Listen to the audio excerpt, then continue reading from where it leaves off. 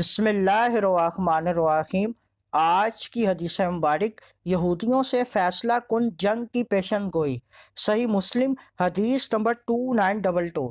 حضرت ابو ہریرہ رضی اللہ تعالیٰ عنہ کہتے ہیں کہ رسول کریم صلی اللہ علیہ وآلہ وسلم نے فرمایا، قیامت اس وقت تک قائم نہیں ہوگی جب تک مسلمان یہودیوں سے نہ لڑ لیں گے، چنانچہ اس لڑائی میں مسلمان یہودیوں کو بڑی مار ماریں گے، یعنی ان پر غالب آ جائیں گے، یہاں تک کہ یہودی پتھر اور درخت کے پیچھے چھپتا پھرے گا، اور وہ پتھر اور درخت یہ کہے گا کہ اے مسلمان، اے خدا کے بندے، ادھر آ، میرے پیچھے یہودی چھپا بیٹھا ہے، اس کو مار ڈال، مگر زور غرق ایسا نہ کہے گا کیونکہ وہ یہودیوں کا درخت ہے۔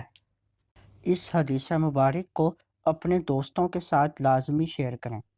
مزید معلومات کے لیے ہمارے چینل کو لائک اینڈ سبسکرائب کریں۔